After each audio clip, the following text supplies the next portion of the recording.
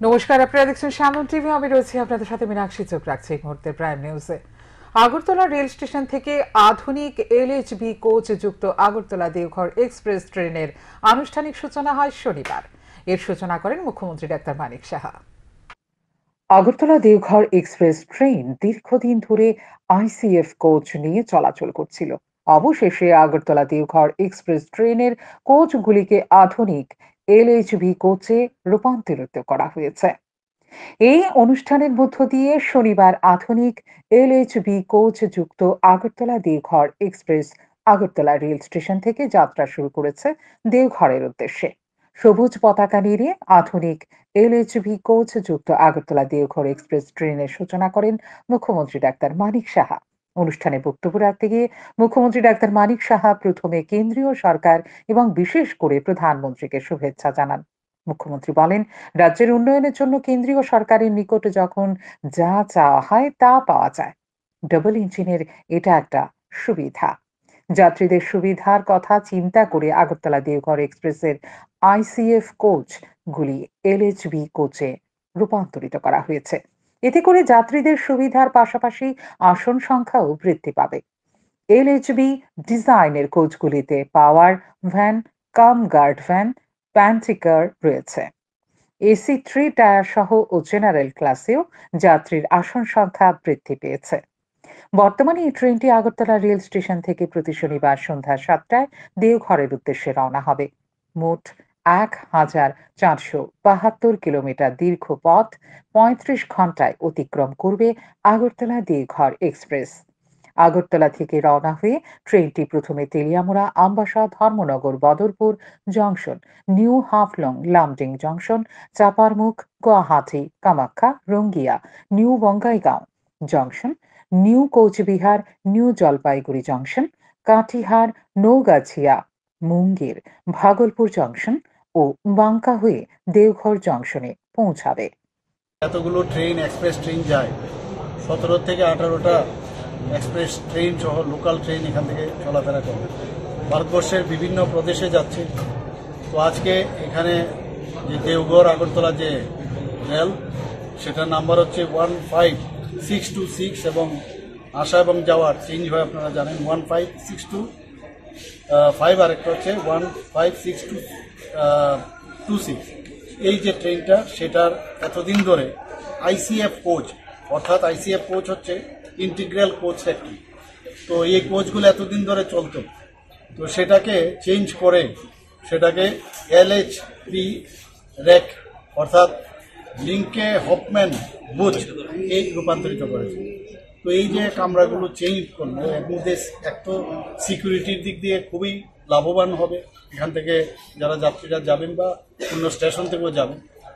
আরেকটা হচ্ছে ওইখানে পেন্ট্রি কার থেকে বিভিন্ন গার্ড ইত্যাদির যে সব বিষয়, সবকটা আধুনিক যে ওখানে কোচগুলোর সেটার ব্যবস্থা এই কোচগুলোর মধ্যে আছে।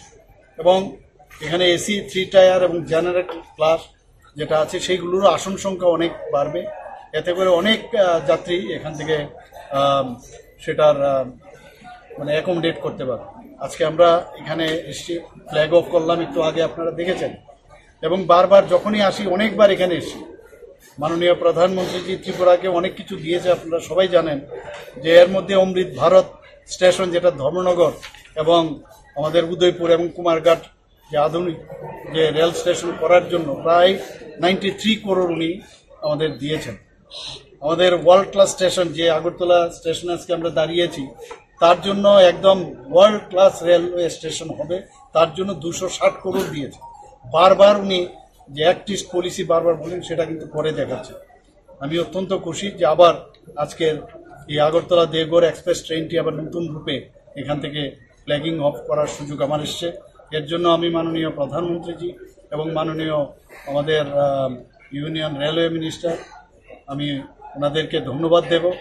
এবং আপনারা জানেন যে এই ট্রেনটি প্রায় 1472 কিলোমিটার, এটার যে দীর্ঘ পথ 35 ঘন্টার মধ্যে গিয়ে সেটা পৌঁছবে। এখান থেকে আমাদের আসাম হয়ে এবং বিহার হয়ে সেটা পৌঁছবে গিয়ে দেওঘরে। তো এর জন্য আমি এখানে ত্রিপুরাবাসীর পক্ষ থেকে আমি রেলওয়ে ডিপার্টমেন্ট অনুষ্ঠানে মুখ্যমন্ত্রী ডাক্তার মানিক সাহা ছাড়াও উপস্থিত ছিলেন উত্তর পূর্ব রেলের আধিকারিক সহ রাজ্য পরিবহন দপ্তরের আধিকারিকরা। সান্দন টিভি। আগামী 5 ফেব্রুয়ারি থেকে রাত্রি বন্ধ হয়ে যাচ্ছে কেবল টিভিতে সম্প্রচারিত নিউজ চ্যানেলগুলো। ভারত সরকারের তথ্য মন্ত্রণালয়ের তরফে এ ধরনের এক বিজ্ঞপ্তিকে কেন্দ্র করে রীতিমতো স্তব্ধ হয়ে পড়েছে সংবাদ মহল। 2রা ফেব্রুয়ারি ভারত সরকারের তথ্য মন্ত্রণালয়ের তরফে এক বিজ্ঞপ্তি জারি করা হয়। তাতে পরিষ্কার করে বলে দেওয়া হয়, মাল্টি সিস্টেম অপারেটরস অর্থাৎ এমএসও সহ স্থানীয় কেবল চ্যানেলগুলোতে প্ল্যাটফর্ম সার্ভিস চ্যানেলের মাধ্যমে কোনো রকম রেজিস্ট্রেশন ছাড়া স্থানীয় সংবাদ পরিবেশন করা হচ্ছে, যার কারণে ভুয়ো তথ্য পরিবেশন, কপিরাইটসের ভায়োলেশন এবং পেইড নিউজের কারণে সঠিক এবং তথ্য সমৃদ্ধ খবর পৌঁছানোর ক্ষেত্রে সরকারের দৃষ্টিভঙ্গির ওপর প্রভাব পড়ে চলেছে। ভারত সরকারের নির্দেশিকা অনুযায়ী মাল্টি সিস্টেম অপারেটরস অর্থাৎ এমএসও প্ল্যাটফর্ম সার্ভিসের মাধ্যমে কেবলমাত্র স্থানীয় তথ্য সম্প্রচার করতে পারবে, কিন্তু খবর নয়। পরিবহন, আবহাওয়া, সাংস্কৃতিক ইভেন্ট, উৎসব, পরীক্ষা, ফলাফল, ভর্তি, কেরিয়ার কাউন্সেলিং, চাকরির সুযোগ, জনস্বার্থে সম্প্রচার, বিদ্যুৎ এবং পানীয় জল সরবরাহ, প্রাকৃতিক দুর্যোগ এবং স্বাস্থ্য বিষয়ক সচেতনতা এই সংক্রান্ত বিষয়ে তথ্য উপস্থাপন করতে পারবে এমএসও। ভারত সরকারের তথ্য মন্ত্রণালয়ের তরফে মাল্টি সিস্টেম অপারেটর অর্থাৎ এমএসও এবং স্থানীয় ক্যাবল অপারেটরসদের পরামর্শ দেওয়া হয়েছে 5 ফেব্রুয়ারি অর্থাৎ আগামী সোমবার পর্যন্ত যে সমস্ত প্ল্যাটফর্ম সার্ভিস চ্যানেলগুলোর মন্ত্রকের বৈধ রেজিস্ট্রেশন রয়েছে কিংবা কাগজপত্র জমা দিয়েছে তারাই একমাত্র তথ্য সম্প্রচার করার কাজটা চালিয়ে যেতে পারবে। স্থানীয় cable operators platform service channel হিসেবে গণ্য হবে না। কেবলমাত্র তথ্য সম্প্রচার করতে পারবে এমএসও। ভারত সরকারের তথ্য মন্ত্রণালয়ের এই ধরনের বিজ্ঞপ্তিকে কেন্দ্র করে শনিবার সকালে রাজ্যের সংবাদ মাধ্যমে নেমে আসে দুশ্চিন্তার মেঘ। আসলে বৈদ্যুতিন সংবাদ মাধ্যমে টুঁটি চেপে ধরার জন্য কি এই ধরনের বিজ্ঞপ্তি জারি করা হয়েছে, নাকি বৈদ্যুতিন সংবাদ মাধ্যমের কণ্ঠ রোধ করে দিয়ে গণতন্ত্রের চতুর্থ স্তম্ভের ওজন মাপা হচ্ছে? স্বাভাবিকভাবেই এই সমস্ত বিষয় এখন শুভবুদ্ধির সম্পন্ন মহলের আলোচনার শিরোনামে। কারণ বৈদ্যুতিন সংবাদ মাধ্যমকে স্তব্ধ করে দিলে কয়েক লক্ষ মানুষের ভবিষ্যতের নীতি নির্ধারক কি হবে তা নিশ্চয়ই সরকারের বিচার বিশ্লেষণের প্রয়োজন রয়েছে। সূত্রের খবর, আগামী 5 ফেব্রুয়ারি অর্থাৎ সোমবার একটা বড়সড় সিদ্ধান্ত নেওয়া হতে পারে গোটা বিষয়টিকে কেন্দ্র করে। শান্তন টিভি। ককবরক ভাষা পরীক্ষার উত্তর লেখা নিয়ে কোনো রকম বিভ্রান্ত না ছড়াতে ত্রিপুরা মধ্যশিক্ষা পর্ষদ সভাপতির আহ্বান রাজ্যবাসীর কাছে। বাংলাতেই ককবরক পরীক্ষার উত্তর লিখলে ভালো হবে বলে জানান পর্ষদ সভাপতি ধনঞ্জয় চৌধুরী। আমাদের বক্তব্য সব জানিয়েছি। তারপরে আমি আমার এই প্রসঙ্গে আপনি যে জানতে চাইলেন ককবরক ভাষা যারা পরীক্ষা দেবে ওদের হরফের ব্যাপারটা, সে ব্যাপারে আমি বলেছি বোর্ডের শুরু থেকে ধরুন 40 বছর আগে থেকে ককবরক ভাষা যখন ত্রিপুরা বোর্ডে ককবরক ভাষায় পরীক্ষার্থীরা পরীক্ষা দিতে পারে তখন থেকেই ওরা ককবরক ভাষা বাংলা হরফে পরীক্ষা দিচ্ছে। আর মাঝে মধ্যে কয়েকবার যে সামান্য কয়েকটা স্ক্রিপ্ট ওরা রোমান হরফে লিখেছিল সেগুলো বোর্ড অনেক কাঠখড় পড়িয়ে বিভিন্ন কিছু পরিশ্রম করে এগুলোকে এক্সামিন করার ব্যবস্থা করেছিল। এখনো আমাদের যেটা বোর্ডের যে পরিকাঠামো সেটা এখনো যারা ককবরক ভাষায় পরীক্ষা দেয় ওরা বাংলা হরফে যদি লিখে তাহলে আমাদের খাতাগুলো এক্সামিন করাতে সুবিধা হয়, সেই অবস্থা আমাদের আছে। তো গত 29 এবং 30 তারিখ যারা এসছেন বিভিন্ন কেন্দ্রের পরীক্ষা কেন্দ্রের দায়িত্বপ্রাপ্ত ওদের আমি বলেছি যে আপনারা যারা ককবরক ভাষায় পরীক্ষা দেবে ছেলেমেয়েরা ওদের বলে দেবেন ওদের যে স্ক্রিপ্ট সেটা যেন ওরা বাংলায় লিখে, আর যদি রোমান হরফে লিখে চাইলে তাহলে আমাদের খাতাগুলো এক্সামিন করাতে একটু সমস্যা হবে। কাজে আপনারা ওদের বলে দেবেন তোমরা বাংলা স্ক্রিপ্টে পরীক্ষা দাও, বাংলা স্ক্রিপ্ট বাংলাতেই। এবার এক গৃহ শিক্ষকের বিরুদ্ধে অভিযোগ উঠেছে শ্লীলতাহানির। ঘটনার বিবরণে জানা যায় পদার্থবিদ্যার গৃহ শিক্ষক ধর্মনগর মহকুমা পদ্মপুরের রাধা রমন আশ্রম সংলগ্ন অঙ্কিত গিরি দীর্ঘদিন ধরে এক ছাত্রীকে পড়াতো। বিভিন্নভাবে ছাত্রীকে হেনস্থা করেছে। অবশেষে অভিভাবকরা বিষয়টি থানায় মামলা দায়ের করে। পুলিশ অভিযুক্তকে আটক করে। ঘটনা তদন্ত চলছে বলে জানান জেলা পুলিশ সুপার। একজন গৃহশিক্ষক যার নাম হলো অঙ্কিত গিরি, বয়স 27 ইয়ার্স, উনি একজন ছাত্রীর সঙ্গে, যে মাইনর, ওর সঙ্গে খারাপ ব্যবহার এবং শ্লীলতাহানি করেছে, মানে শারীরিক এবং মানসিক নির্যাতনা করেছে অ্যাজ পার এফআইআর। তো অ্যাকর্ডিংলি আমরা একটা ওমেন-পিএস একটা কেস হয়েছে, যেটা নাম্বার 2/24। এটার মধ্যে পোস্টবুক আছে, শ্লীলতাহানি আছে এবং মেয়েটাকে ধমক দেওয়া হয়েছে, চিটিং করা হয়েছে, এগুলো সব কিছু লাগানো হয়েছে। আসামি অ্যারেস্ট এবং অন্যান্য যা লিগাল প্রভিশন আছে সবগুলো আমরা করা হচ্ছে। আশা করি মেয়েটা জাস্টিস পাবে। অন্তর্বর্তীকালীন বাজেট নিয়ে এবার রাস্তায় নামল সারা ভারত কৃষক সভার রাজ্য কমিটি। রাজধানীর প্যারাডাইসের চৌমুহনী এলাকায় বিক্ষোভ কর্মসূচি সংগঠিত হয়। উপস্থিত সারা ভারত কৃষক সভার রাজ্য কমিটির সম্পাদক পবিত্র কর বলেন, কেন্দ্রীয় সরকার যে অন্তর্বর্তীকালীন বাজেট ঘোষণা করেছে তাতে জনগণের কোনো কথা এই বাজেটে প্রতিফলিত হয়নি। সবচেয়ে দুর্বিষহ বিষয় হলো এই বাজেটে সবচেয়ে কম টাকা কৃষকদের জন্য রাখা হয়েছে এবং অবহেলিত হয়েছে কৃষকরা। এমনকি মনরেগার বরাদ্দ পর্যন্ত কমিয়ে দেওয়া হয়েছে। তাই এই কেন্দ্রীয় বাজেট পুড়িয়ে তীব্র প্রতিবাদের সিদ্ধান্ত নেওয়া হয়। এরই অঙ্গ হিসেবে শনিবার বাজেট কপি পুড়িয়ে প্রতিবাদ জানানো হয়েছে বলে জানান তিনি। এই বাজেট কৃষক, শ্রমিক এবং জনবিরোধী বাজেট। এই বাজেট কোনোভাবেই গ্রহণযোগ্য নয় বলেও জানান তিনি। এটা একেবারে অন্তঃশ্বাস শূন্য। ভারতবর্ষের জনগণের কোনো কথা এই বাজেটে প্রতিফলিত হয়নি। সবচেয়ে বড় যেটা, বিভিন্ন সংবাদ মাধ্যম সবাইতে এটা প্রকাশিত হয়েছে, এই বাজেটে বোধহয় সবচেয়ে কম টাকা ভারতবর্ষের কৃষি এবং কৃষক সমাজের জন্য রাখা হয়েছে। সবচেয়ে অবহেলিত দেশের কৃষক সমাজ। এবং মানরেগার যে প্রজেক্ট, এই সরকার প্রথম থেকে তার বিরোধী, কিন্তু তুলতে পারছে না যেহেতু পার্লামেন্টে একটি আইন হয়ে রয়েছে। প্রতি বাজেটে তার বরাদ্দ কমানো হয়েছে। 3 মাসের বাজেটও দেখা গেল আবার পুনরায় তার উপর ছুরি চালিয়ে কেন্দ্রীয় অর্থমন্ত্রী নির্মলা সীতারামন শাড়িটা পরেছে খুব ভালো, হ্যাঁ, বক্তৃতাও খুব ভালো করেছেন, কারণ জেএনইউর স্কলার তো। কিন্তু ভারতবর্ষের মানুষের কিছু হয়নি। এই রেগার বরাদ্দ আবার কমিয়ে দিয়েছে।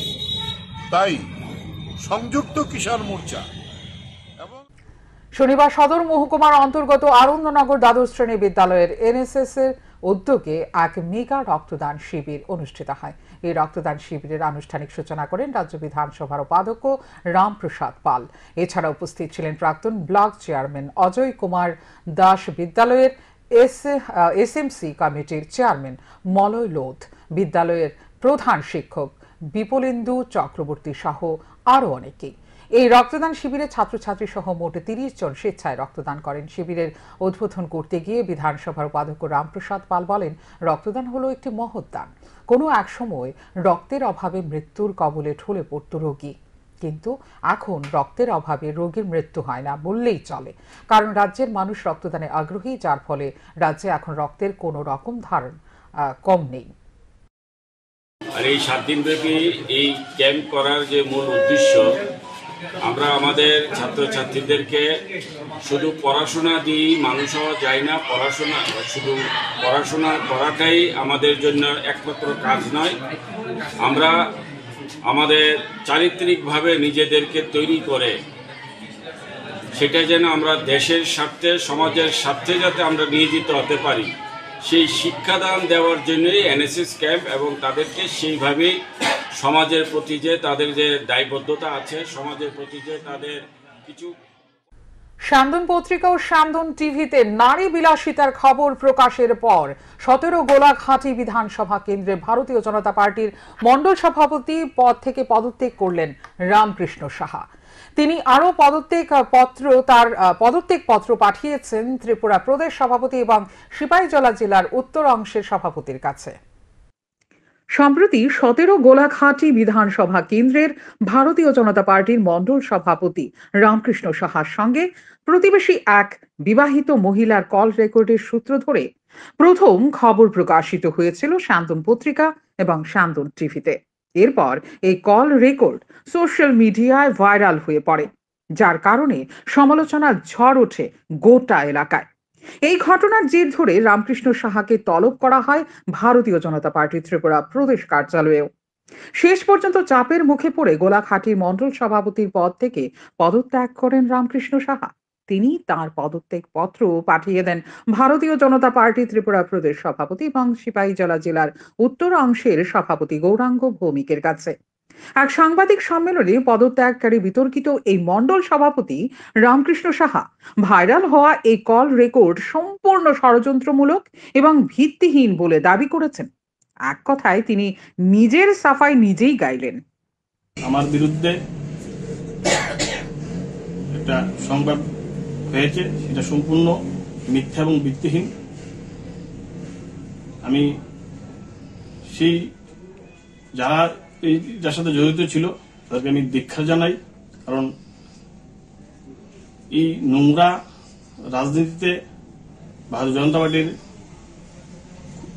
ক্ষুণ্ণ হয়েছে, সম্মানহানি হয়েছে। তো যেহেতু আমাকে নিয়ে একটা কুৎসা রটা হয়েছে, তো আমি মনে করি যে দলের ঊর্ধ্বে আমি নই, দল সর্বোপরি। দল সেটা বিচার বিশ্লেষণ করবে, দল সঠিক তদন্তমূলে এর সাথে কারা জড়িত, কারা এই ঘটনার সাথে করিয়েছে সেটা তারা তদন্ত করে সত্যটা উদ্ঘাটন করবে এবং দোষীদের শাস্তিও দেবে।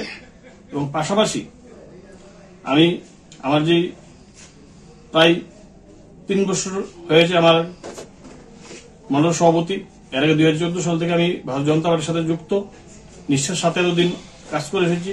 দল যে সময় যে দায়িত্ব দিয়েছে সেটা আমি করেছি, আজও করছি, আগামী দিনও দল যে দায়িত্ব সেটা করব।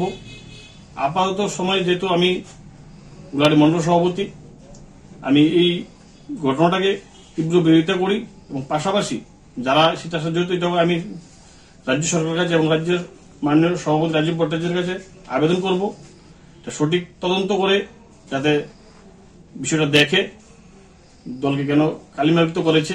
তো আমার আর কিছু বলার নেই। আর আমি আমার যে মণ্ডল সভাপতি পদ, সেই পদটা থেকে আমি আজকে এখন থেকে অব্যাহতি চাই।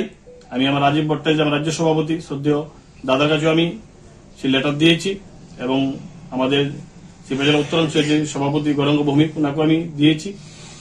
একটা বিষয় পরিষ্কার, ভারতীয় জনতা পার্টি স্বচ্ছ ভাবমূর্তি অক্ষুণ্ণ রাখার জন্য বদ্ধপরিকর। আর এই কারণেই চাপে পড়ে মণ্ডল সভাপতি পদ থেকে পদত্যাগ করতে বাধ্য হয়েছেন। দলীয় তদন্তে এবারে কি বেরিয়ে আসে সেটাই দেখার। স্যান্দন টিভি। শনিবার আগরতলার মুক্তধারা অডিটোরিয়ামে মাই ছোট স্কুলের বার্ষিক সাংস্কৃতিক অনুষ্ঠান হয়। কঞ্চি কাঁচারা নৃত্য এবং সঙ্গীত প্রতিযোগিতায় অংশগ্রহণ করে অভিভাবকরাও। এমনটাই জানিয়েছেন মাই ছোট স্কুলের আগরতলা শাখার অধিকর্তা সুরজ ঘোষ। প্রদীপ প্রজ্বলনের মধ্য দিয়ে এই অনুষ্ঠানের সূচনা করেন স্বামী সুনীতিশীতানন্দ মহারাজ। এছাড়া উপস্থিত ছিলেন আগরতলা স্থিত বাংলাদেশ সহকারী হাইকমিশনার আরিফ মোহাম্মদ সহ আরো অনেকেই। আজকে আমাদের যে প্রোগ্রামটা হচ্ছে সেটা হচ্ছে বাৎসরিক সেলিব্রেশন যেটা আমরা করি স্কুলসের জন্য বাচ্চাদের সাথে। তো আমাদের একটা অ্যানুয়াল ডে সেলিব্রেশন হচ্ছে মাই ছোট স্কুলের পক্ষ থেকে আগরতলাতে। আমরা এটা প্রত্যেক বছরই এটা করতে থাকি।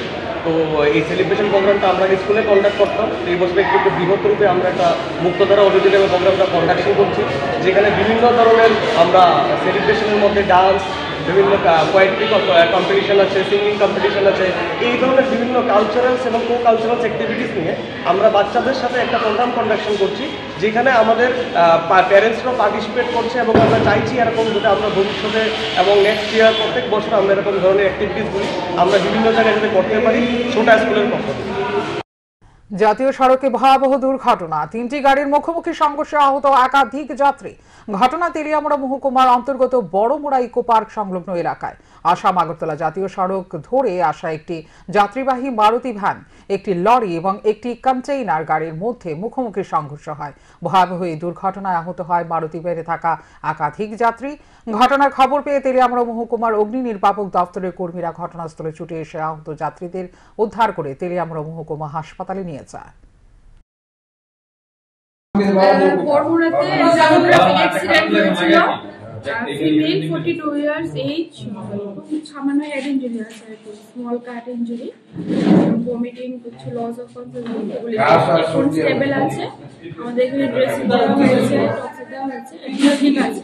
কে নিয়ে ম্যাডাম কতজন ছিল ফায়ার সার্ভিসে? 2-3 জন ছিল। এখনকার মতো এই মুহূর্তের সংবাদ এই পর্যন্ত। অন্যান্য আপডেটস দেখার জন্য অবশ্যই নজর রাখতে হবে সান্দন টিভির পর্দায়। সান্দন টিভি, দায়বদ্ধতাই যার ঐতিহ্য।